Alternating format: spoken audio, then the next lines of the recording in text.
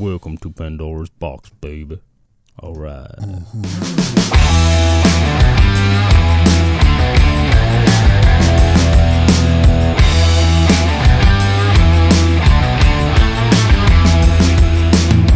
Welcome to Pandora's box. Welcome to the Dora's box.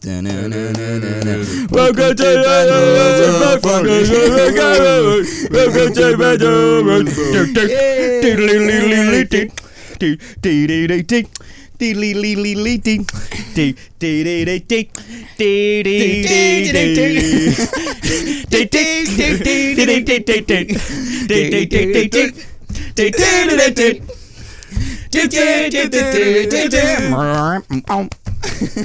Alright, welcome to Pandora's Box, everybody. That song that played us in today was Siren Song by Jerry Cantrell. Love that song. Hope that everyone's had a sensual week out there. It's just about to get a whole lot more sensual, baby. I just thought I'd say, actually, just because we haven't mentioned it yet on the pod, just want to say rest in peace to Her Majesty, R.I.P. Queen Elizabeth Queenie. II. I think it's pretty safe to say that she's one of the best monarchs probably in British history. The second, but there will be only one. Exactly, which is a bit of like a paradox, really, isn't it? An oxymoron, a paradox, yet also extremely true. So yeah, good lady, Friend of the in pod. my opinion. I'd say friend of the pod. Yeah, friend of the pod. Friend of the pod. Queen Elizabeth II, you are a friend of the pod. Friend of the pod. One of the most prestigious titles that she gathered during her tenure. I would argue that's maybe being better than a monarch. Being a friend of the pod on Pandora's box. Well, there you go.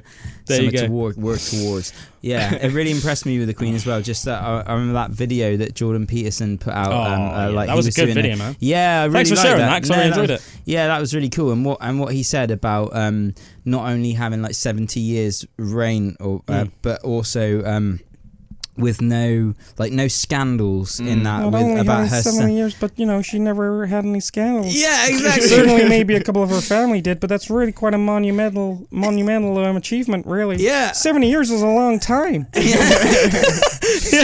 It is unfathomably long. Yeah, 70 years of just being like the queen of just a being state. Never even doing Mental. nothing even remotely controversial. Yeah. Not even remotely. And it's like he did say as well.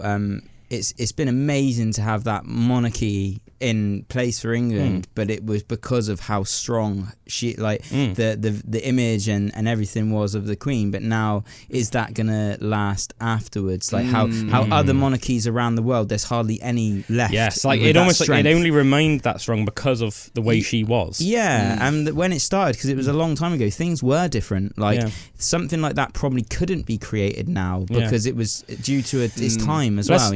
Like for example, right? There's only one other queen in the entire world. So there's only one queen left in the entire world now. I bet you guys don't even know where it is. Denmark. Yes, you're actually right. You do. Yeah. How did you know that, Bulding? I remember reading that it was her Diamond Jubilee at the time that the Queen passed away. Well and done, she put off all of the celebrations and stuff, or like really dimmed them down out of respect, because she was like really good friends with the Queen. But I thought that was like quite fascinating. It would be, wouldn't they? But yeah, I mean, my point being is that it's like the Queen of Denmark is nowhere near as famous as Queen Elizabeth II. For sure. Queen Elizabeth II is, I reckon you could be like on some island on the other side of the world, and you'd probably have at least like just heard of her. Yeah, that was what Jordan Peterson said as well. It was like really interesting about levels to fame, and I love it that you see this video, man, because you remember things so much more than I do. Yeah. I remember I know they had an impact on me, but I couldn't quote anything from there it. There are people that are famous, and then there are people that are famous even around amongst people that are famous, and she is one of those few. Exactly. I love the Kermit voice. Well, he does just sort of talk like Kermit the Frog. That's his spirit animal. But I'm a big fan of Kermit the Frog and of Jordan Peterson, so I like to combine them. Combine the two. I love the fact that one of the greatest philosophical minds of our era also speaks like Kermit the Frog. Just this immaculately dressed man all the time. Another thing that I'm a real big fan of Jordan Peterson, and I remember Ben Shapiro was talking to Joe Rogan about this, was Ben Shapiro, he said he always dresses smart for his, when he goes to a college campus or whatever to do a speech, Ben Shapiro put on a suit. But he said he went for breakfast with Jordan Peterson, and, when he's not working, Ben Shapiro's just sort of a normal guy. So he just went, in jeans and a top, and he went like we are dressed now, pretty much like most people would. But he said that Jordan Peterson arrived at the breakfast, dicky bow tie, waistcoat, full suit. He takes it very serious, almost to be a smart presentable man. But I think that's to be applauded in a way, because it's almost like the last of a bygone era. Where Peter Gibbs. Peterson. We're gonna have to exercise Jordan Peterson out of here in a minute, man. It's like, you can see his inflections coming over the face and slightly to the side, looking down like. Imagine if I just spoke this entire freaking podcast like Jordan Peterson the whole way, like an hour and 20 minutes. Some power, man. I think. Man, that is such a comical voice. It's a great voice. It's a great voice. I mean it with all respect as well, because I love JP. I think like the fact that some people hate JP, I think, surely the people that hate Jordan Peterson, I don't think they could have even really researched him that much, or like read his stuff or watched much of his things, because to hate Jordan Peterson, it's almost like, what are you even hating? Yeah, it's like Chinese whispers, or it's like taking things out of context. Being so sheep, seeing like something someone says that could be like, say, like the most extreme looking view that they have in a certain area or something, and then judging their whole character and being on that thing. Or like sometimes I think it's even like beyond that though. I think it's almost just like some people have decided they don't like him, so they slander him publicly, and then other people believe the slander without checking if the slander's true. Yeah, that's a normal thing, isn't it? But that's so bad, man. And I think if you're going to decide that you dislike someone, at least frickin' find out whether the reason you dislike them is true or not. Hate gathers so quickly. It's, if someone sets a narrative of someone not being a good person, then people latch onto that because they love someone to hate. They love a character to hate. So it is the mob, isn't it? It's just 100%. The mob, yeah. And I think a lot of people are also like afraid of being like cancelled or being targeted themselves, because I think what you see in some people are so extreme, and I think it's only like 1% of the population, but it's the 1% which is the most vocal on social media and stuff as well, and most nasty on social media. It's almost like if you dare say that this person that they hate and they're saying is like evil, if you say that they're not, then they'll just accuse you of being evil as well and lump you in with it, and then just try and almost like target you. And it's crazy some of the stuff you see, like see that some people have like tried to get people fired from their jobs, like obviously like more high profile people and stuff, and it's like, man, like, you're talking about people being evil. Like, do you realise how evil what you're doing is? Like, if that person, say, has like a family at home to feed and you're trying to get them fired and then they won't be able to get another job, like, that's evil, man. Yeah, that's the irony in my eyes. Like, Yeah. Have either of you heard of Andrew Tate? Yeah. Remind me who Andrew Tate is. Ex-kickboxer. Yeah. He's a man who essentially took over the internet for a couple of months. He came out of nowhere, didn't he? Yeah, I know he's put up like his Google searches and stuff. If I say 2 + 2 is 5 and you say 2 + 2 is 4, and we want to fight about it, I'm going to be the one that's right. I he was like that. he would essentially, him and his brother would constantly be on live streams. And they would say stuff that I reckon about 50% of what they would say would be, common sense, agreeable, and things which many people would agree with. Stuff like their takes on commitment and dedication to working out, other stuff like that. I'm not too well knowledged on this topic, but I do know a little bits about it. But I know he put up like his search results on Google, and he was literally the most searched man in the world over the past couple of months. He's been cancelled, isn't he, on social media? Is a man who has been cancelled, and Jesus, has he been cancelled? He has been extremely deplatformed to the point where social media platform. To the point where they've taken him off Uber. They've taken him off Uber. How can he even be on Uber? Was he a taxi driver? No, you can't get an Uber. Oh, that's mad, isn't it? You can't get an Uber anymore. Like literally anything you think of. I'm now just stranded. They've deplatformed him. I mean, he came out and said, realistically, you can't ban me from Uber because I'll just make a new account, which makes sense. But it's crazy to see. That is definitely the biggest example of someone being cancelled and completely deplatformed. He definitely said some stuff which is definitely too far. Oh, 100%. That's what I mean. 50% of the stuff he said is outrageous and clearly just made to bait people. I think, it was almost like clickbait. Oh, 100%. I wouldn't be surprised if he didn't even believe the worst things he said. I think the stuff that most people would think was fair is the things that he probably really believes. And I think a lot of it, he's probably was business savvy, and he realizes that controversy creates cash, and creates headlines. When you like compare those two people, because one thing I was going to say about Jordan Peterson, they are nothing alike though. I don't want people to hear that don't know them both. I don't want them to think they're similar. So I'm not a fan of Andrew Tate. I just want to put that disclaimer before you go on. Yeah, well, that's what I'm going to say. Like both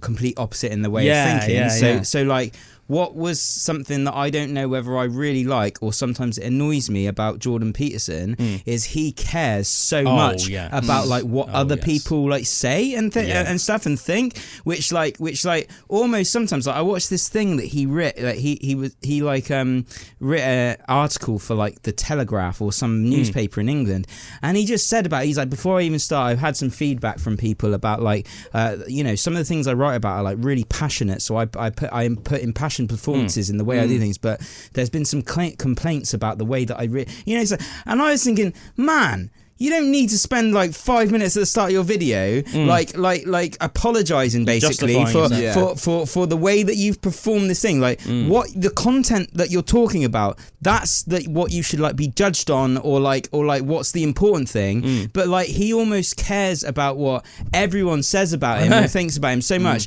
like almost. And then you get someone like Andrew Tate, who is like the opposite of that, like so like what you're saying, like saying anything, doing anything, not caring so much about what people think of him like at all, that like that he will do it for clickbait. And do you know what I mean? So like I think it's really good examples, like bringing those two people up, because it's like the complete opposite. But they get painted with the same brush, or they can get painted, or they get like, so what I was going to say about it, like Jordan Peterson doing that, people can attack him and like and he won't get as followed or something. But then someone like Andrew Tate can almost be the most searched man on Google for being like so like out of controversial. Do you know what I mean? So it's like it doesn't add up. So it's like that thing of like people that are doing the honourable thing a lot of the time don't get the praise, or don't get the it's a lot easier to jump on something that's like not as like meaningful, and people jump on all that not meaningful and I think it's because a lot of people, especially people that are like commonly on social media, are maybe not as deep thinkers, like a lot of young lads and stuff that might be jumping on the Andrew Tate bandwagon. But and I think Andrew Tate probably knows that some of the things he says are going to be very attractive to young men, and they're going to make them like want to follow Andrew Tate or think Andrew Tate is cool. He is absolutely like so smart when it comes to the internet. He knew how to make himself a world-renowned figure and just did it himself. It's crazy. He clearly understands his demographic. Through Babecast, whatever it was called. And obviously, was a competitive like kickboxer, like a high level, and he's like self-made man, isn't he? You know, but just some of the things he said, like in terms of like I think like some of his comments like about women and stuff were a bit too far. Although saying that, one of his ex-girlfriends came out and said that I heard coming out defending him, and said that actually like he was actually like a lovely partner and he was really good, and that like some of the things that he said, maybe he like structured it wrong, or maybe they were taken out of like context or something like that. But she said that he was like a great partner. You know, this is what I was going to add on to that as well, is that I think one of the reasons why sometimes.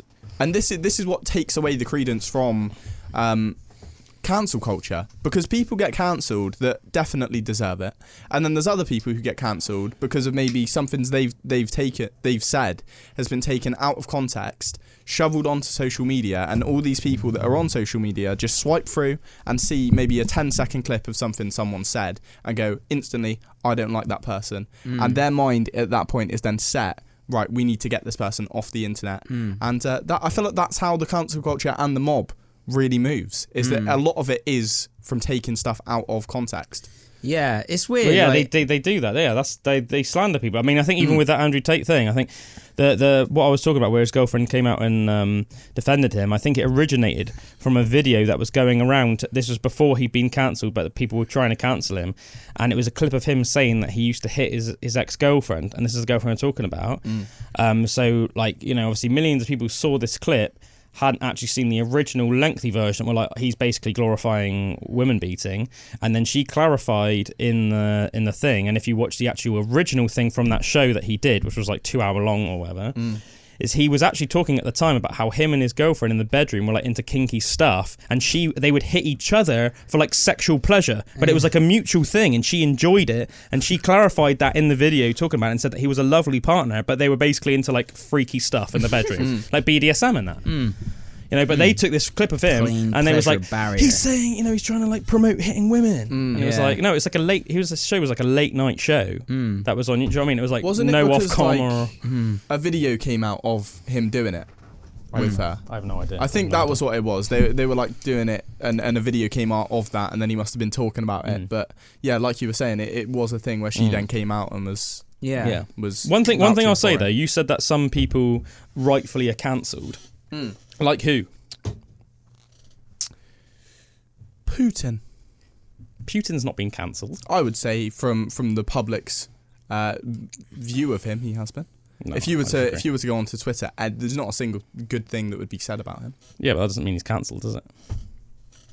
He's the head of state of one of the most powerful countries on the planet. Yeah, but this is what I mean. You can look at cancelled from two different ways. You can look at it from a successful viewpoint of they've actually been cancelled, lost their jobs. Yeah, he hasn't, has he? Like that. No, he's definitely not from that aspect. But from the public's view of him, everyone hates him, does not give anything he will do or say any respect. I think he's being followed a lot. Like you know, like news about it. Like he just did this speech like a couple of days ago. All of that. Like. Yeah.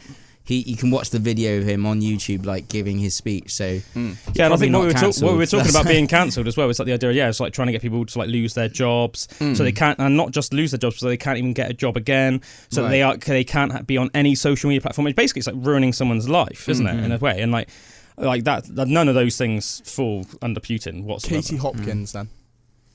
That's another example. What you think that she should have been cancelled? Yes. Yeah. I just completely disagree with that. I think that's anti-freedom of speech. I personally think. Well, it's down to opinion. So what about Katie Hopkins? Do you think makes you think that she should be cancelled? I think she's a extremely hateful and racist person. Hateful. Obviously, it's my opinion. Yeah. Just to put that out there, it is my opinion. But yeah, I don't think she's a figure that should be. Well, so you think that she deserves to have her life ruined for that?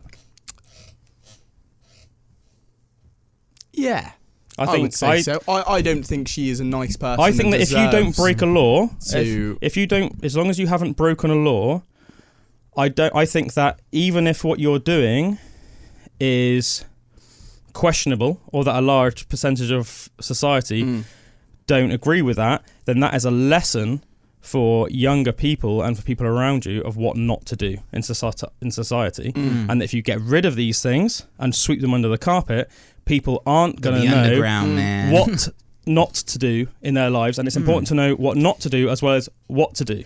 Yeah, you should have self-judgment on everything that you see and stuff as well, you know, so like, but yeah, by seeing something bad is either you're either going to get excited about it and become a bad person, or you're going to have it as a lesson as like, I don't want to do that. It just depends how you look at stuff, but it's dodgy territory, isn't it? Like just counts the name, because it always used to really annoy me with like the David Icke thing when he would always get taken down in that, because like, I mean, I do like taking the mick out of David Icke, but I wish the guy nothing but the best. You know, I certainly don't think that he should be swept under the rug. I don't know how London Real did it, but like London Real would like put out you know, they'd do these live streams with David Icke, and they would get like millions and millions and millions of views. And it was all about like when COVID was coming in, and how he was saying that he doesn't think it's as big or as bad as it is, like, you know, and stuff, or he was giving whatever opinion he had on it, and it was like instantly shut down. Like London Real got taken off, and they had like millions of subscribers and that, and a big part of their income that was mad, was coming through YouTube. You know, getting YouTube and getting the ads, a lot of revenue and all that kind of stuff. But just because it like went against the narrative of what was happening with the rest of like media and rest of the news, they got like shut down. And they're back online now, so I don't know what happened with London Real, but I noticed that the last live stream they did with David Icke, they've now created their own platform where you like log into a website. They've got their own like kind of YouTube like setup that you go into, because they can't put it on YouTube anymore and stuff like that. See, that like really annoys me, you know? Yeah, me too. do. Fully. And like another one, the Graham Hancock one, when he was talking about ayahuasca, and it just got classed as pseudoscience. But the good thing about those kind of that stuff happening as well is a lot of the time, it just has creates the opposite effect. And that's what I mean. Like, you essentially create martyrs. Yeah, and I do think people should be able to, whatever opinion they have, and then be your own judgment. This is part of my problem with you saying that you think Katie Hopkins should be banished or cancelled, because you're making a martyr of her, and you're actually going to make people like people wouldn't even pay anywhere near much attention to her if people like you didn't say things like you think that she deserves to be cancelled. And also, as you said, that's your opinion. So why should she be cancelled? Because in your opinion, you think that she should be. Wait, what was the question, sorry? So just because you think she should be cancelled doesn't mean that she should be cancelled, does it? No. No, of course not. No, yeah. Yeah, and I suppose the more people that say this should happen, and then it happens, that gives I feel more power. I feel like I want to stick up for her now, but I don't really care about Katie Hopkins. Would you say a better alternative would just be to leave them to just let the internet decide what they do with them? Like, they can be ridiculed. No, it's exactly what I said, isn't it? I said you need to let people say what they want to say, and let whatever books be out in the public forum, all this stuff, because things are lessons for everyone. We're all taking in stimulus at all times, and we're all taking this stuff in. If you try and forcefully hide it, then it's going to have it's not going to have the right effects on society, you know. And you need to know what not to do as well as what to do, and you're taking all these different stimuluses all the time, all these different opinions. And as long as you're a person that genuinely tries to be a decent person and you actually think about things philosophically and stuff, you're going to take these things in and you're going to think, like with Andrew Tate, you're going to think 50% of what he says seems pretty fair, pretty decent, like, you know, and you think like fair play to him, he's a self-made man, blah blah blah. The other 50% you'll think, no, that was too far. But you're taking lessons from it. Yeah, you know what I mean? And you're forming an opinion on it and being like, that's the. But I think it's like that when you try and like enforce cancel like culture on something, then that's almost like taking your own keys out of your hand, and it's like we don't trust that you're gonna see what's right and wrong. We don't trust that you're gonna make the decision on it, like from your own self. You're like you should have that autonomy to be able to do that, you know. But it's basically saying, nah, we're just gonna cancel it because you shouldn't even be hearing that. It's a bit like what Jordan Peterson always says as well. One of his favourite things is equality of opportunity. So give everybody an equal right for, you know, so equal opportunity, right? But then it's up to you to see that makes life fair. Yeah. Do you know what I mean? So let people almost like say what they want, and you're naturally gonna. And then it's like it's not everyone can like. But then that's what I mean. Like it's a thin line, because say like someone makes like a channel that's about something really dark, you know, like how to like Nazis, spreading Nazi propaganda, or like some like terrorist, or like you know, like how to how to make these bombs that do you know what I mean? Like, but that's what I mean. So I suppose it's the laws making sure that if they're set up right, then you wouldn't be able to do stuff like that. To me, it's like very simple. It's like if it doesn't break the law, because I don't want to. I don't think that should be. I think that should be like cancelled. Do you know what I mean? Like, what, like being like say like a program that was promoting Nazi propaganda. Yes, or like that was basically like or do you know like how you get how-to YouTube videos of like how to build solar panels and stuff? If it was like how to build a bomb.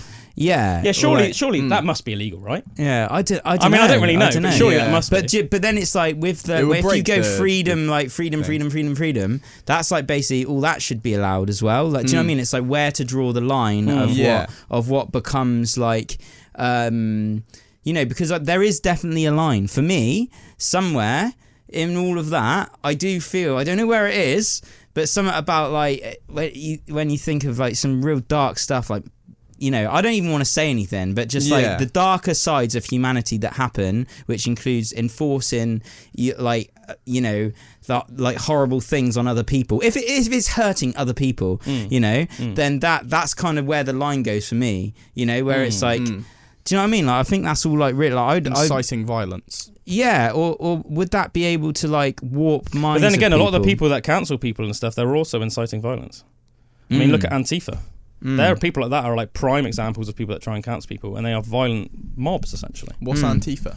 Antifa are like an extreme leftist organisation, where it's basically that if they think that something should be cancelled, or if they don't like somebody like JP, for example, like Jordan Peterson, then they will show up in force and actually get like violent with people. But they are convinced that they are right, because in their mind the people that they are targeting are wrong and deserve to be cancelled. That's savage, isn't it? It's I think that's it's like almost like, can they not see the irony? Yeah. It's And also, if the injustice that you are carrying out is far worse than the injustice that the person that you're, the thing that you're accusing the person that you're targeting of doing, then that's ridiculous. Yeah. If you're gonna murder someone for punching someone, you're an idiot. Yeah. Do you know what I mean? Do you know what I mean? Like, do you see what I'm saying? Yeah, totally. It's like that you have become far worse than the person that you are damning. It's like when think of like an example that's just come into my head as well. I don't know if this is related, but it's kind of what I'm talking about. Like where something is accepted by society. Say in Roman times, where like the gladiator thing was accepted and people would be like killing themselves and each other. Have you heard of that? About how that changed, or like how gladiators like that it stopped like in Rome? Well, I noticed a lot of it was to do with whoever the emperor was at the time. Yeah, so there was an emperor, banned, and then it would come like Marcus Aurelius banned it, but then his son Nero Commodus brought it back. Yeah, because there was one that banned it basically, and it was from the act of a monk. Like the monk didn't. He led like a super sheltered life, like in the monastery, like praying and everything. And got this overwhelming feeling that he wanted to go into Rome like this day, so took the long road and into Rome. I don't even know if he'd been there before. It was like he just got this feeling, this overwhelming feeling that he had to go there. Went to Rome, like walked in, and it was one of the days that the gladiator like match was happening, and like innocently, like because it was so. He could see almost that it was so wrong. Like now, like, it's not part of our culture now. If people were just like fighting each other to the death out of the street, like that'd be a bit like crazy when it's like completely out of our societal norms now. But then it wasn't. But people wouldn't be fighting to death in the streets, but in the arena. So if there was an arena or a football pitch or something. So he goes in, sees this happening, and is like, "Whoa, this is not right." This is just like why barbaric. This is barbaric and that. And like goes in to the ring and just walks into the center of the ring and just says, stop, what are you guys doing? Like, do you know what I mean? Like almost like, stop this now, like, stop, so like what's going on? And then the whole arena just stoned him to death. Just like all the people. Brutal. So there's this like monk that's like spent his whole life in like in this order of just like trying to connect with like and everything, and then goes in and then so he becomes would you say that's a martyr for like yes. So he becomes a martyr in that situation, but apparently the emperor, like Saint Valentine. Do you remember when we were talking about that on Valentine's Day ages ago? Oh, remember we did that on Pandora's Box, and it was like that was like a similar thing. That was in Rome as well. But sorry, go on with your story. Yeah, so he became a martyr, and now we literally have a day named after him, which is about love. Yeah. So that's an extreme case of martyrdom. Yeah. Go on what you're saying anyway. Yeah. So and apparently the emperor, which I can't remember which emperor it was like touched by like the like. It might have been Marcus Aurelius. I think it was. I think it was banned and then brought back several times. Ah, right. Okay. I think Marcus Aurelius because he was he saw the acts of this monk and was just like it was he was so like overwhelmed with what was happening, and almost his like his thing for like brothers, what are you doing? Like, and then just get stoned to like the barbaricness of everyone else who are just normal citizens that are getting so angry at him messing up their show that they just stone him to death, literally chuck stones at him until he's got a pool of blood on the floor there, and he was apparently touched by that, and then that's how Gladiator. So it had a huge impact on like Roman society in that way. And why did this relate to what we were saying about? If you were to so it's like a change. Yeah, so it's like a change in perspective for some. Like it took it's always the hardest thing, isn't it, man? If you got like, I'm like awful for that as well. You go on this big long story, and then you have to somehow remember why you even said it in the first place. It reminded me of like what we were talking about, like, you know, where the grey line is. So at that time in Roman history, like, where's the grey? What I'm saying about the grey area of what's right and wrong in, like, where does the grey become black? Yeah, and where does it become more white or like, you know, light grey? It doesn't matter if you're black or white. Yeah, exactly. MJ. And you know, and it takes this perspective change and shift for something big to happen. But like, yeah, I don't think deplatforming's good. No, I don't either. I think it depends whether a deplatforming would be an overwhelming positive note. Yeah, but that's what I mean. Like, where's the grey area for that? I definitely agree that I don't think it should ruin someone's life. But I don't think if someone is out there, and this is the problem with it. Is what that person's saying ruining other people's lives? Yeah, but this is again, it's just what Drew's saying. It's a grey area though, because there are people out there that would argue that JP is doing that, but he's not. No. It's your opinion. Yeah, it's your opinion. Yeah, and do you know what I mean? And at the end of the day, it's like, why should we care about? Like, do you know what I mean? Some guy's opinion. Yeah, and I think that's what the thing was with the Gladiator as well. Right? They were people actually killing each other. You know, if what you are saying is leading to the harm of someone else, if you're forcing slaves to kill each other, or do you know what I mean? Or like whatever you're saying on your platform, or whatever you're doing, you know, if it's like hurting people, or like, you know, has almost to affect in that way, like what I was saying about the terrorists and stuff, the bombs, that's going to kill people. Do you know what I mean? Yeah. If it's like tangible, then like maybe that's going down into the grey area. But I think the thing is, like, if it's just an opinion, have your opinion. Yes. Like, and also the difference is say with like the Roman and the gladiators thing. So it was like that the sport of being a gladiator was legal, and then it was made illegal. Now, if somebody said they thought that gladiators should come back, that's not breaking a law, that's stating an opinion. So you shouldn't lock up that person for saying that. Yes. Yeah. That's a difference. That's the difference. But if you start going out and setting up gladiator matches just on the sly, that's the difference. I bet loads of them happened at the time. Yeah, you know what I mean? Under the kind of like... Yeah, exactly. It's like, you know, like people can say like dodgy things. Do you know what I mean? And I'm like, you know, but as long as you're not out there being... You know, like actually hurting people. Like, you know, as long as you're not out there freaking joining the KKK, or like killing Jews because you're a Nazi, or like blowing innocent people up because you think you're going to go to heaven and have be allowed to have your 12 opinion, virgins and even if it's against you know, science even and all that stuff. That's what the most annoying thing for me would be all like the metaphysical stuff and like all the kind of like that stuff being banned. Like that just really annoys me because it's so out there that it's like that's not going to have any effect on anyone's actual life that isn't interested in it. No. It's only going to just open up people's minds sometimes if you are interested in it. So that for me is net positive. Do you know what I mean? Like not something that should be cancelled. But if someone's like talking about inciting violence towards people for thinking this and that, then that should like more be cancelled than the ayahuasca stuff. You know what I mean? Yeah, like, and I think you know you need to be respectful of other people's opinions. Like you need to. It's part you of need being, to be able to like hear other people's opinions. It's part of being a grown up. Yeah, exactly. It literally is. If you are you should cancel them for having that opinion. If you are so small minded that you think people with different opinions to you should be like either cancelled or actually violence should be done to them, then you need to grow up. It's like you know, I saw like a video of like don't get me wrong, like Ben Shapiro is a very controversial guy. I actually think he's a very intelligent guy, and I agree with a lot he says. But have you seen that video where there's like a transgender person, like a male to female one, and he was on like a panel on television with them, and he just basically said that he like didn't think that they were a woman. That's all he said, and he said that he never, in his opinion, he just basically said that you were born a man, so I'm not going to. Now, don't get me wrong, you know, I can imagine if you were transgender, that might offend you. I understand that, but basically, in the clip, the person who was the transgender male to female one then basically said live on air that after the show he was going to break Ben Shapiro's jaw in the parking lot for what he said. Right, and because of obviously how our society is set up now, and because people are so scared of backlash, and because we're like quite woke and everything, like nobody on the panel like said that's out of order or anything like that, or that's like way more out and they of order. Actually attacked Ben Shapiro and said that like he shouldn't have said what he said, even though he was just being honest with his opinion. Don't get me wrong, like there are different people, so like there are people I know that might share Ben Shapiro's opinion that might not have said that to that person because they knew it would have been a controversial thing. But that doesn't mean that Ben Shapiro shouldn't say it. We need people like Ben Shapiro in the world to form debates and discussions. And in Ben Shapiro's mind, he is doing the right thing. He is just, in Ben Shapiro's mind, he is just saying, I follow science, and I'm also trying to just... And nature. Yeah, and nature, and just trying to follow that thing is in like, my wife is my wife had kids, and I've got like a daughter and stuff, and I want society to be fair for them.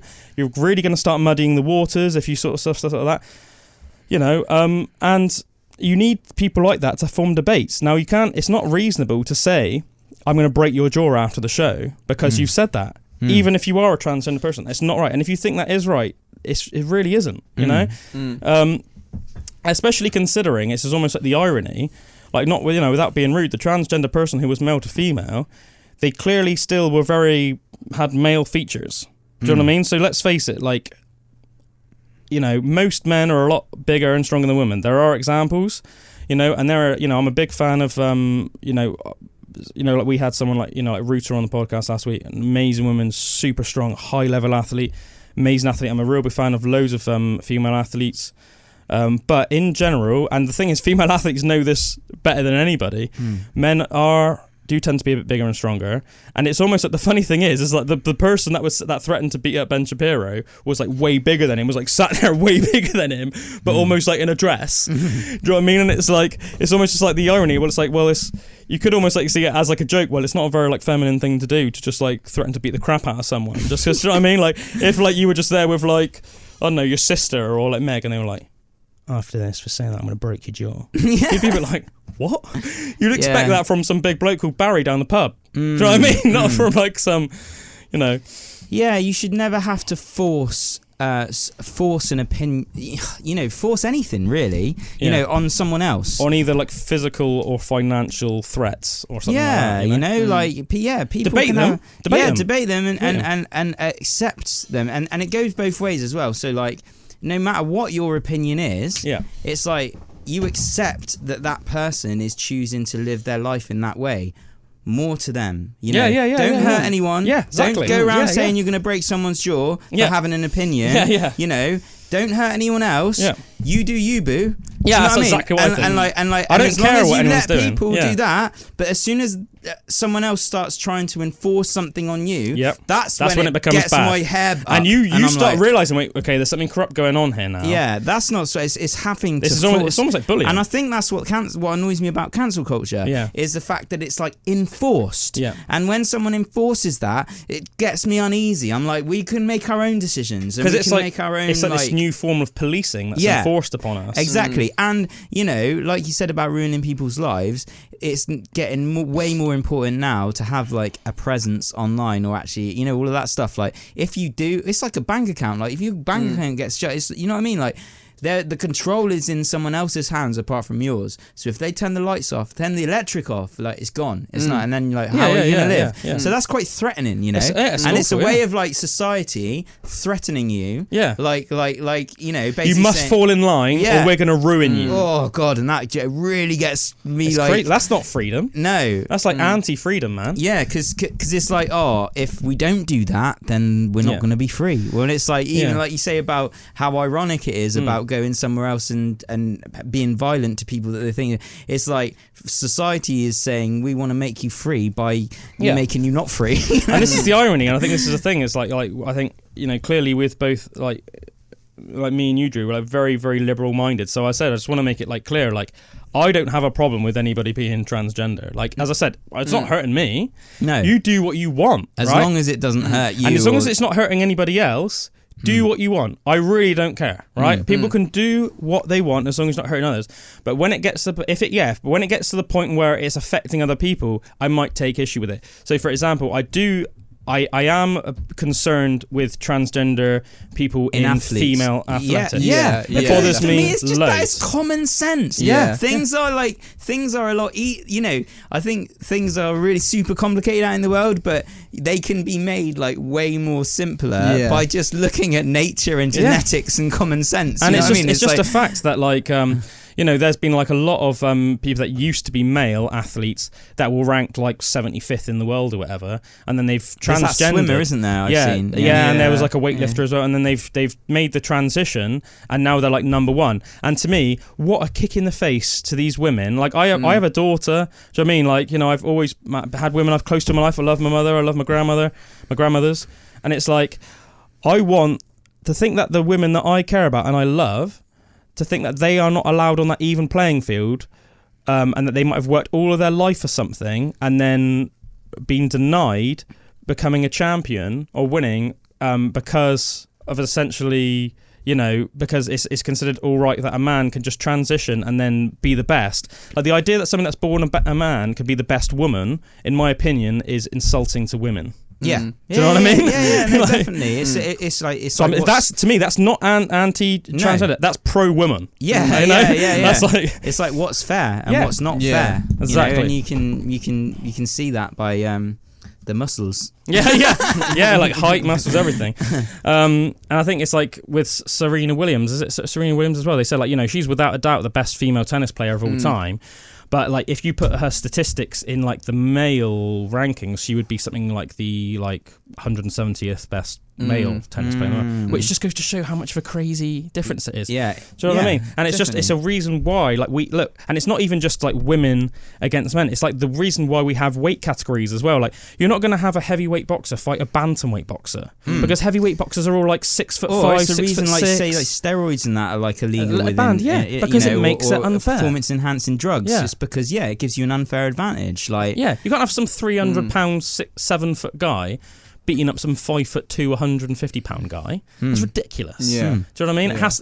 We have weight categories, we have gender categories, so things are fair, so that whoever wins gold, silver, bronze deserves it. Yeah. Pandora's box is about to open. Why? Into the track now anyway. We'll be back soon, guys.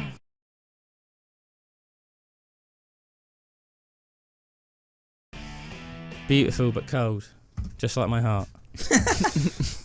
That last track was Six-Sided Little World by Incubus.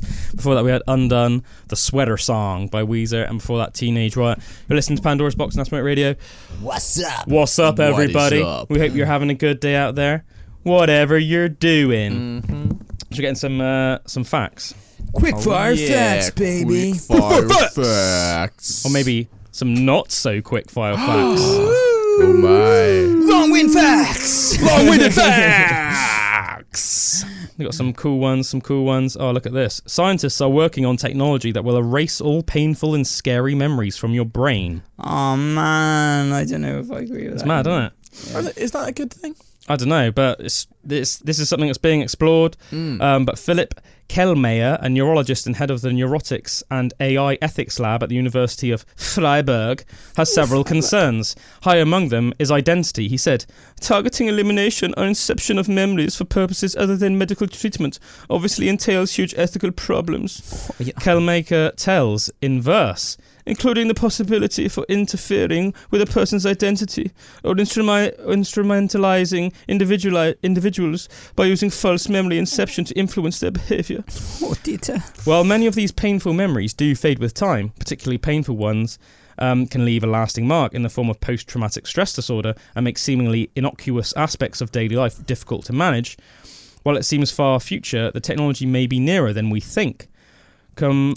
Neuroscientists are in the proof of concept stages of a new kind of PTSD treatment called decoded neurofeedback that collects and parses brain signals using machine learning to modify painful memories, all without the subject ever knowing it. It could be the road to healing for countless PTSD sufferers. A controversial time, but to be honest, when you think about everything we know now about like AI, Neuralink, like everything else in the world, I'm not surprised this is happening. I mean, we already live in a world now where if you're rich enough, you can choose the gender of your baby, and I think you can even like wait, what? Choose attributes. I haven't even heard that. What the hell? Yeah, you can. What? That's crazy. I've heard about you can choose the gender. That is how? That's mental. I don't know. It's like everything starts as a Y and then it's no opposite. Everything starts an X and then sometimes turns into a Y. All right, reset. Everything starts. And then, so I guess you just stop it becoming an X. So, you know what I mean? Yeah. You either let it become a Y, you force or you just, it, I guess, or yeah. Yeah. That is mental. Yeah, I know that. I think I'm pretty sure as well that it's already. And I think you have to be like probably a millionaire for this, but you could go to like some treatment center in like America or something. I'm pretty sure they have it in America. They probably have it in Europe as well. And I think if you're rich enough, you can literally choose the personality traits that you want of you and your partner to basically form your ideal child. But it has to be traits from you and your partner. So you would say, so you would go to it, and I'd say like, right, well, my missus is really short and I want my son to be tall, so he's going to be as tall as me, but he's going to be as creative as my missus. But you know, he's not going to have the anxiety of my missus, and he's going to be weird because that's funny. And you know what I mean? And you know, it's like, you can literally do that. And then it's like mental. You make this weird, you know, can have my missus's ass, but my biceps. You know? And then you can just create this almost like this like almost like your super child. What you would consider the perfect version of like a you and your missus like mixed. I can't tell what I feel about that. Well, it's not natural, is it? Yeah, see, that's the thing. And like with this, the thing that scares me the most is that the more that we try and mess with things like and go against like nature, I already believe like a cure for a lot of things that are wrong with people, even like post-traumatic stress and all of that kind of stuff. It's like there are answers in nature. So for me, like the ayahuasca thing, stuff like that, you know, like there's a plan in the world for everything. A lot of the drugs and everything that are in the medical industries are all derived from plants anyway, because it's part of their attributes that, you know, you concentrate and then make into medicines and everything. But like I you know, the amount of millions of years that the earth has been developing and evolving, we've basically got a plant that has or something on the earth that naturally helps us deal with any issues that come up with us anyway. So for us to then like try and manipulate nature to do better, I just don't think that's right, or I don't think I agree. Do you know what I mean? I think there's already stuff there, and it's getting more back to nature rather than getting more down the technological route to be able to like solve society, because a lot of the problems in society and trauma and all of that stuff are caused by society anyway. So if you try and do that with an answer that society or technology brings, it's just going to exacerbate the problem more. Do you know, I think that would actually mess me up as a kid as well. If I found out, right, that my parents had paid for me to have every characteristic that I have, that would almost mess me up a bit, because I'd be a little bit like, who was I going to be? What would I have been? Or what if I had been who I was supposed to be? Would my parents have loved me the same? You know, all those questions would arise and stuff like that. Yeah, exactly. They definitely wouldn't have done. No, because that's the thing. If you make a perfect version of your own child, then obviously that's the one that you're going to love the most. Yeah. So it's almost like... You can make two just to like see what happens with the next one. Like it's just not. Like, let's face it, right? If you're from a family, right, where every bloke is like 6 foot plus, right, and then you have a child with a missus and it's a boy, and then he's like 5'4", you're going to be like, oh, a bit of a letdown. Do you know what I mean? Like, oh, me and granddad and great granddad were all freaking, you know, like giants. Yeah, and you're a dwarf, mate. Get your trombone. That video. At least you'd have a trombone, and then you could just. That was so good. I sent Drew a video of this guy that's mum was a dwarf, and he was just like this really good trombone player, and he was just following around. But it was just really hilarious. Like it was following her. She was like on a look. I guess just because, you know, to get around quicker, she had like a mobility scooter and stuff, because, you know, her little legs couldn't carry us so fast. But he was like going like like doing like a car. It's hilarious. And then he did this little tune, didn't he? And she's like, oh, getting real annoyed, opening the fridge, like, stop doing that. So she drops him apparently. He's trying. But you can tell that she starts off really annoyed. And then he does that, and she's like, I think it's real funny as well. Like, or even like she was sweeping, wasn't she? And she was like sweeping towards her, and every time they do it, go. She was like, would you stop? But then she just cracks up every time. And then she turns around and like she has the broom and goes like that to him. So he goes. No, he goes. Yeah, and it's like the Star Wars kind of thing. So good. Oh, it's battle scene. It's actually well good. Yeah, I love that. Genetic, choosing genetic manipulation. Yeah, what you were saying though about being natural, like I didn't even want to know my kids' gender. So like me and him would like, no, we'll leave it. You know, I want to see when it comes out. Yeah, and I'm going to do that with every kid I do or do not have. Do you know what I mean? It's like, you know, I just think that's the natural way. Yeah, I'm all for the natural, man, as well. I think in a way, it's like if you know beforehand, it almost like ruins it a little bit. I don't want to like know. Knowing what you're getting for Christmas. It was nice, man. It was nice, like the surprises. You know, it came out, and then I was like, oh, I got a daughter. It was mad. You know? Did you have a feeling? Well, no, I had like I used the law of probability. So most people that are born in my family are male, so I assumed that it would probably be male. But alas, it was a female. Alas. Yeah, just purely because I mean, my granddad had one sister, 3 brothers. My dad just had a brother. I just had a brother. And my cousins, there's 1 boy and a girl. So what's that? That's like 2 girls out more of it's like 2 girls out of like 10 guys or something. Yeah. So I thought there's like a 1 in 5 chance. I guess that it'll be a girl. Because there are families where you can they do have a tendency to be more female or male, and you can just see it. There's like just all girls or all guys, you know. So yeah, I thought it'd probably be more likely it was a boy, but you know, there's always that chance, baby. There's always that chance. So yeah, I had a girl, and yeah, it was great. I said it wasn't what I was expecting, so in a way it was almost like a bit of a shock. I remember I was almost like really surprised, but it was nice, you know. Yeah.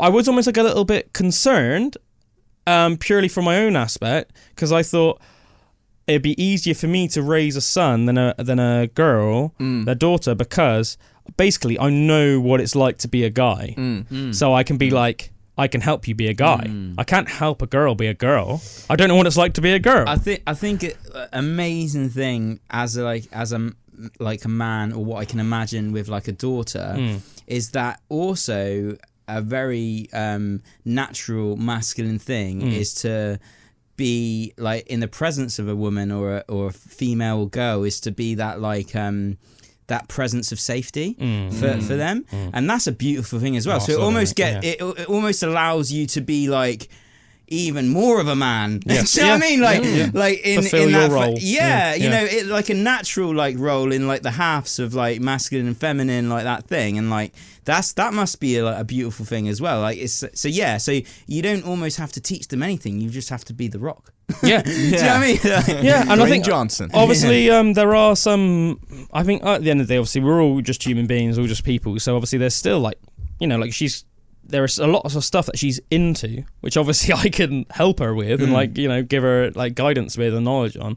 But yeah, obviously, it's just it's just my job as the dad just to be a safe space, look after her and protect her. Yeah, do you know what I mean? That's a beautiful thing. Oh, man, mate, it is lovely, and it's as you said, it is very fulfilling as well, Drew. Yeah, like so it's almost like so like the worry of like not thinking oh, you know, I might not be able to teach them stuff. It's like, but like opening that up of just like that, I can imagine that fulfillment is just like whoa, like, you know. So like that's swings and roundabouts, isn't it? Yeah, it's definitely swings and roundabouts. Yeah. Yeah, I mean, it's interesting. Yeah, as I said, I was almost like I was almost like it was like a real concern. Though at first, I was a bit like, I don't know if I know how to be like, you know, like raise a daughter. But as I said, I just think everything happens for a reason, man. Yeah, and I think softened you a bit in some 100%. Ways. You know, I think I've noticed that, like in certain areas, you know. Oh mate, yeah, and I'm definitely my ass, and I'm definitely like. I mean, I think it's like natural, obviously, but I am like so much obviously different to my daughter than I am to like everyone else. Yeah. Like I am just like a completely different person. Like just like obviously just like the bubbliest version of me you could possibly imagine. Like, it's interesting. Would you actually say you've seen a bit of a difference in me? Like, I would say like, but then I also think it's like growing up and that, and like as we're maturing with like, I think it's just a part of becoming older and more dignified. So it's like for several things, but that's probably been. But I think that's been a catalyst of opening it. I think you always have been like that, especially in relationships and stuff. Like but like it's never had to be like an obligatory thing. Like as soon as it becomes like that, like with a daughter, like it's a massive responsibility, and I think that you've taken to that like really well and almost like embraced it like fully. I think some men don't do that, and then that's like the opposite, and then that can have a massive negative impact on that child's like life and, you know, family and everything. But it's like been the opposite, and I think that has like filtered its way into all aspects of your life. Do you know what I mean? Like well, even with it not being it's just, you know what I mean, like a natural stage of like. It's interesting, isn't it? Everyone has their own personal code of ethics and their own morals. So some things that might be very important to somebody else might not be important to me, and it might bother them that that's not important to me. But that's just because I might not even see what it is that's bothering that person, right? But like to me, my personal one of my like codes of ethics and stuff to me is like I take like family very important, and I see it as like a duty, and I take that role like extremely seriously, like couldn't be more serious. So to me, it's like your role as a father is like the most important thing in life. Like it's more important than your life. So it's like. So it's like that's how important it is to me. Yeah, that's how serious it is. Maybe that's it or maybe that's what I've seen as the change because before because that is such an important thing. And it's gonna be like it isn't like that until something like that happens. Yeah. So I haven't got that, but I can imagine it because it's like I remember when we were like in your garage and like we were talking and you were saying that you like. Hope you don't mind me sharing. No, I don't mind at all, man. When you said, I might have even shared it on the pod anyway at some point. But when we were like, we were a bit blazed, and you were saying like, I can't imagine, I can't explain like the love that I have for Evie and the love that you have for your daughter. That's just there when you have actually, you've actually been through that, and like you won't. It was like, and you said, you love your friends, you love your family, your mum, your dad, and everything, but nothing will. It pales in comparison to the love that you have for your daughter. 100%. And like that was like a whoa thing for me. It was like I saw it. It was really cool because I saw that as something that I haven't experienced, but I could tell from how you were saying it and what you were like when you said about that is 100% serious to you. That's 100% truth to you. And I felt excited because I was like, that's something that I could experience in life, which is like one of these great mysteries of life that expands you or something that that you can experience as a human being. I hope that you do experience it because honestly, it is like.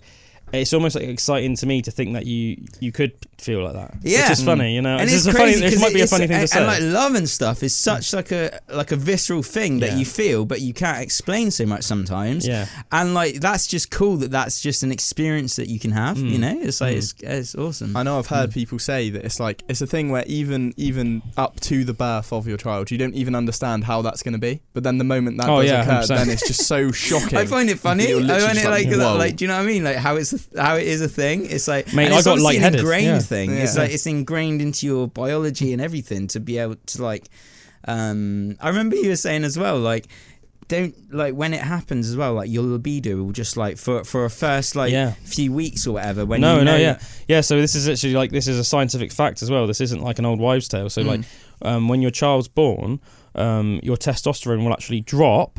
Because obviously our testosterone in males is what causes things like you're more likely to be get angry, short with people, you're more physical, so basically that drops so that you're a more tender and loving parent to your child, and it's like a thing that's like just I mean, I think it's still good to have it today, but I mean, obviously, especially back when we were like hunter-gatherer days and stuff like that, obviously really brutal, violent society, like everyone would have been a killer. Everyone would have been a killer historically. Like every one of our ancestors were killers, not because they were bad people, because they had to be to live. Yeah, killer be killed. If our ancestors weren't killers, they would have been killed. We wouldn't be here. You know what I mean? So it's just like that's just a fact of life. We will have that in us, So, but it's like it's very hard to transition from one day being a killer to the next day being this nurturing parent.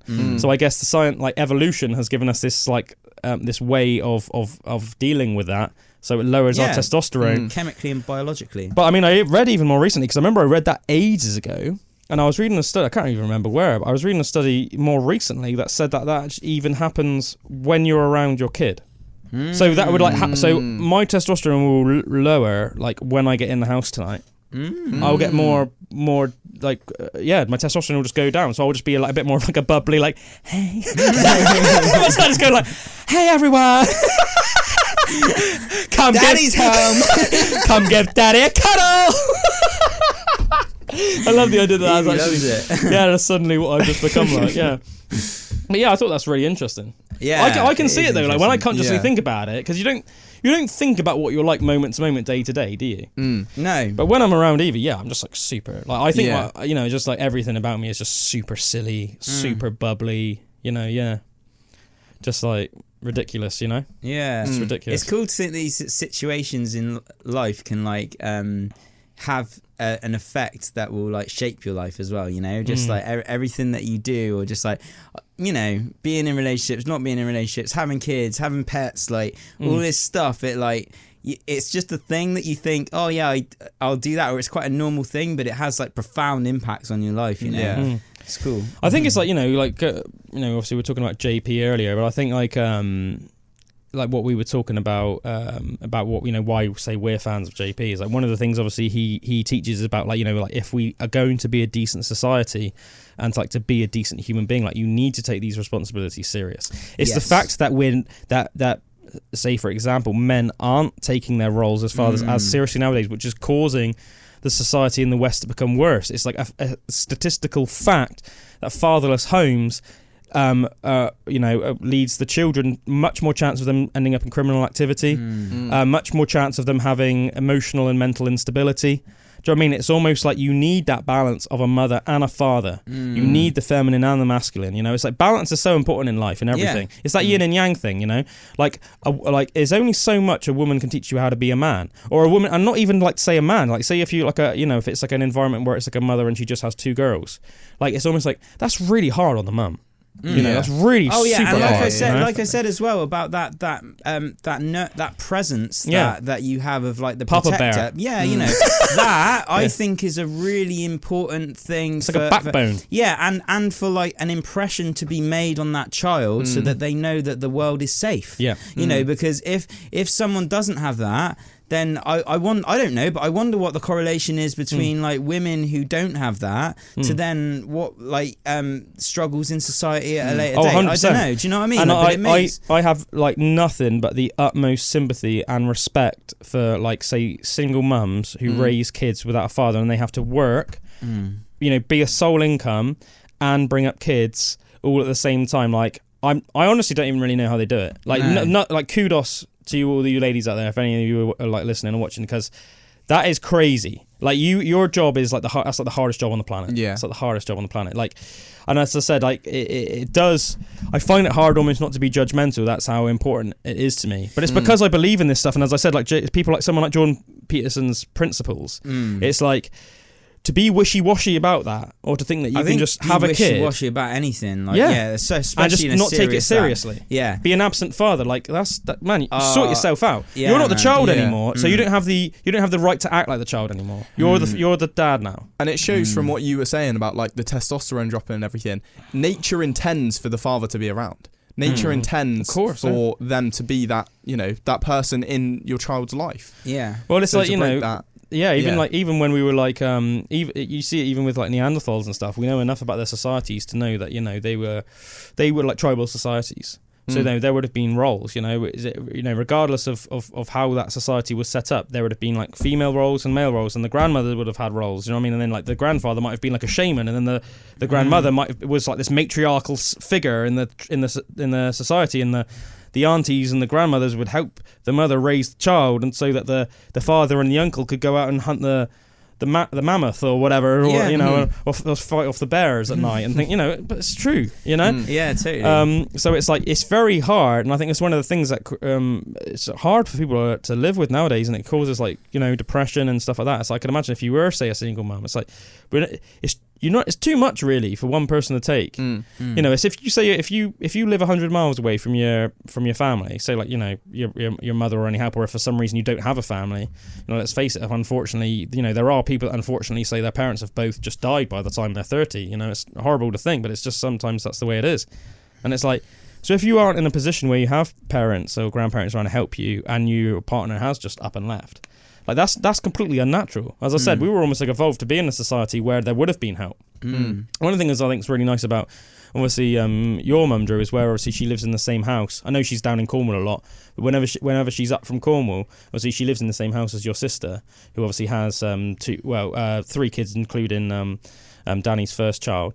And it's like, obviously that's like a really nice old tribal role. Like your mum will just look after him, and it's like, don't worry, like, it's like sound. Or having that big family environment where everyone. Or I remember the first stages when Naya was younger and that I was like there as well, and it was all everyone. It was this like kind of family environment where you're all doing stuff, and that, and it was I reckon that had a good impression on like.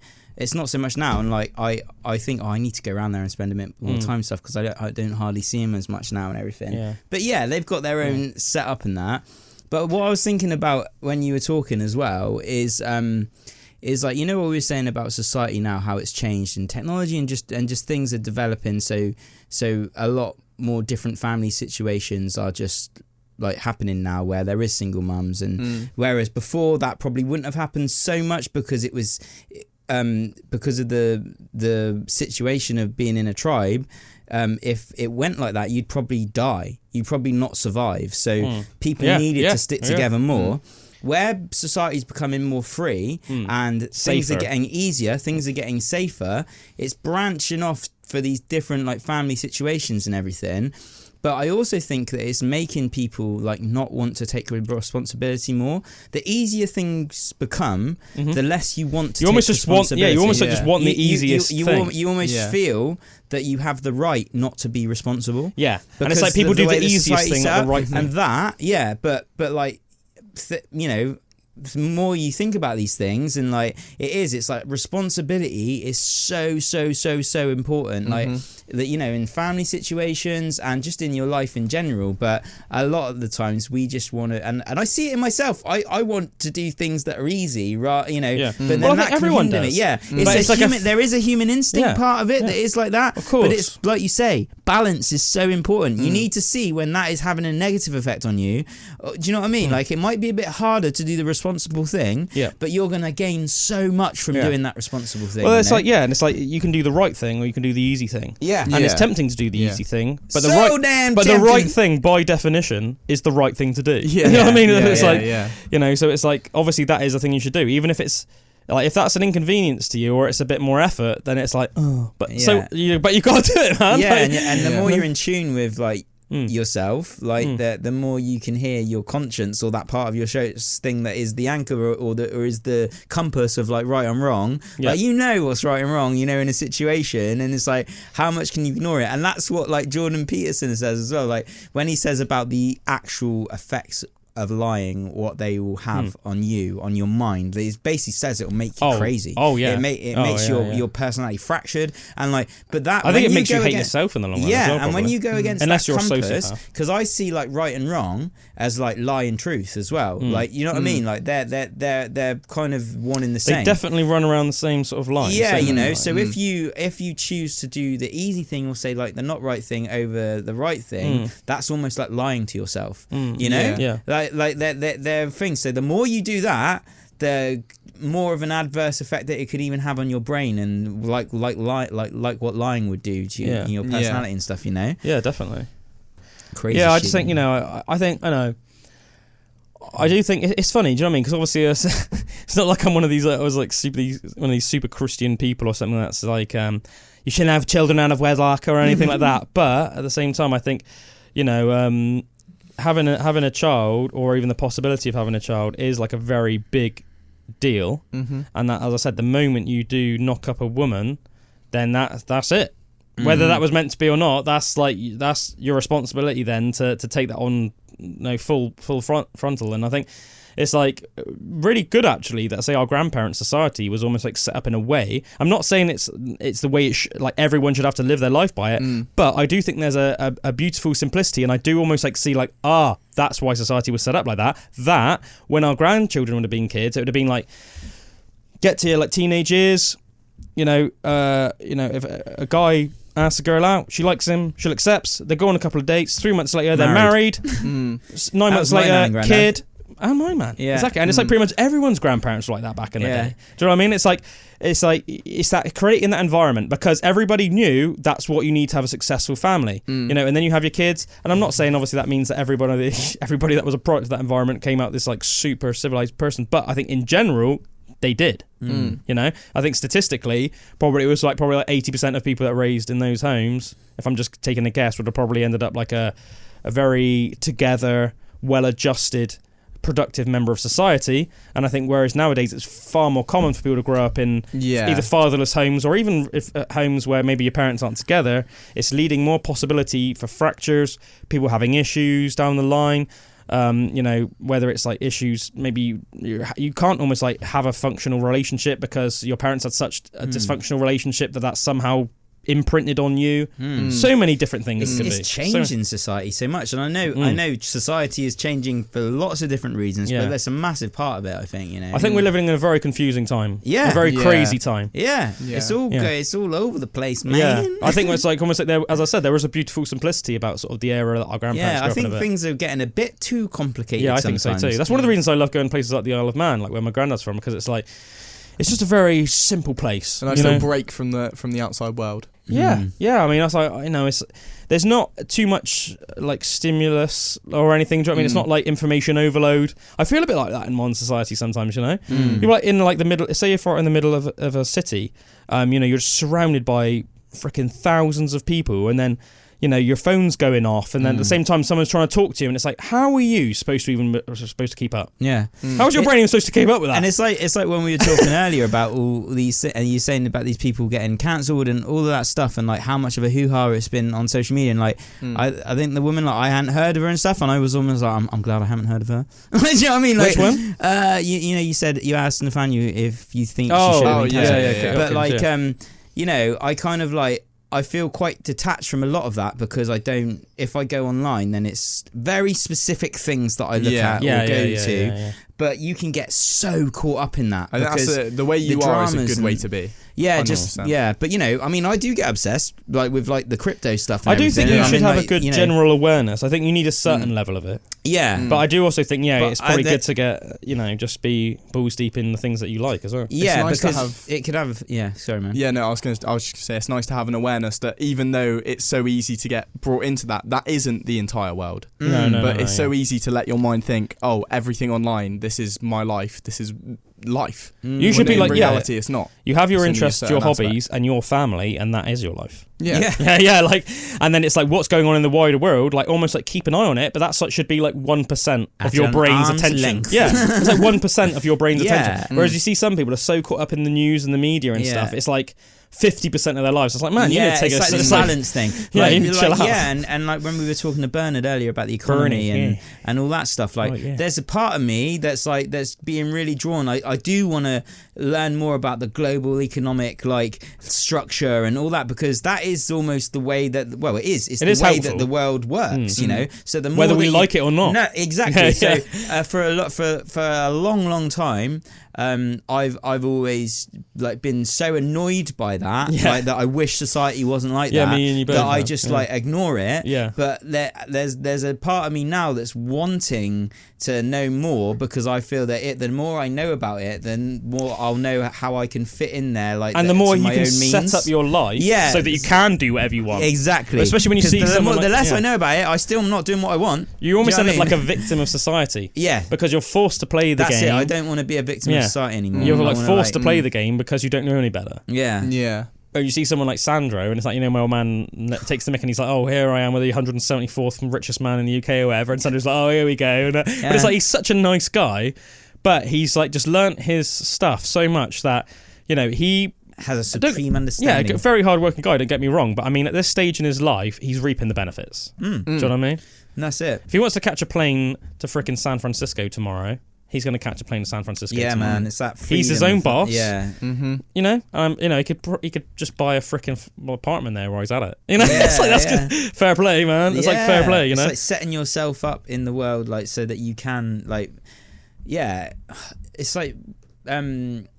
I remember hearing someone say something about investments, and it's like an investment in yourself is like investing in your future, like that discipline. It might be hard, like all that stuff. Like the more that you learn things or set things up, like then you're gonna be. That's gonna give you freedom, but you might think that's going against your freedom, but it's actually creating your freedom. You know what I mean? Like that's a good way. It's definitely true though. Yeah, isn't it? Yeah. If you wanna live in a log cabin in the middle of nowhere and it's gonna be in a banging log cabin, you almost have to do the work to get there. Exactly. You can't just leave and go now. Yes. Yeah. But there's this whole thing of like, why can't I just have it now? Yeah. And I think when you're younger, that is frustrating.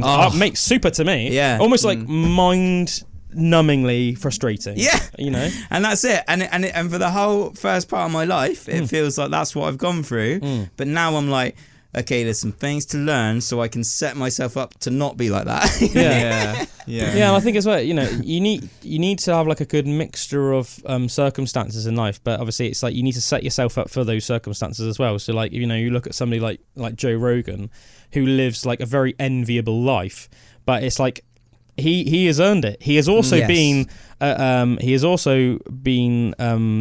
I don't want to say like a victim, because obviously it means it's like a bad thing, but he's also been benefited from extremely good circumstance, you know. So he got the job as a UFC commentator before like UFC was even big. Now it's like a freaking massive global organization that sort of put him in the spotlight loads. The fact that he was already a comedian and had already been on Fear Factor, then he starts his podcast, and then it was like the early days of podcasts. I think his was only like the second or third podcast that ever came out, and now it's like the biggest podcast in the world. Do you know what I mean? So it's like he has a very enviable life, but he's set himself up for that life in everything he's done. So, and it's like opportunity meets like skill and dedication. Do you know what I mean? So it's like you can't deny that skill and dedication creates opportunity. Yeah, exactly. Yeah, exactly. Like, you have to be in it to win it. Yeah. Do you know what I mean? It's like that whole thing. It's like, because that's what I mean. Like, even if things could happen to you, unless you put the time and the effort in to like get amazing at something, like you're not going to be able to take that opportunity in the same way. So if something almost got like landed on your lap,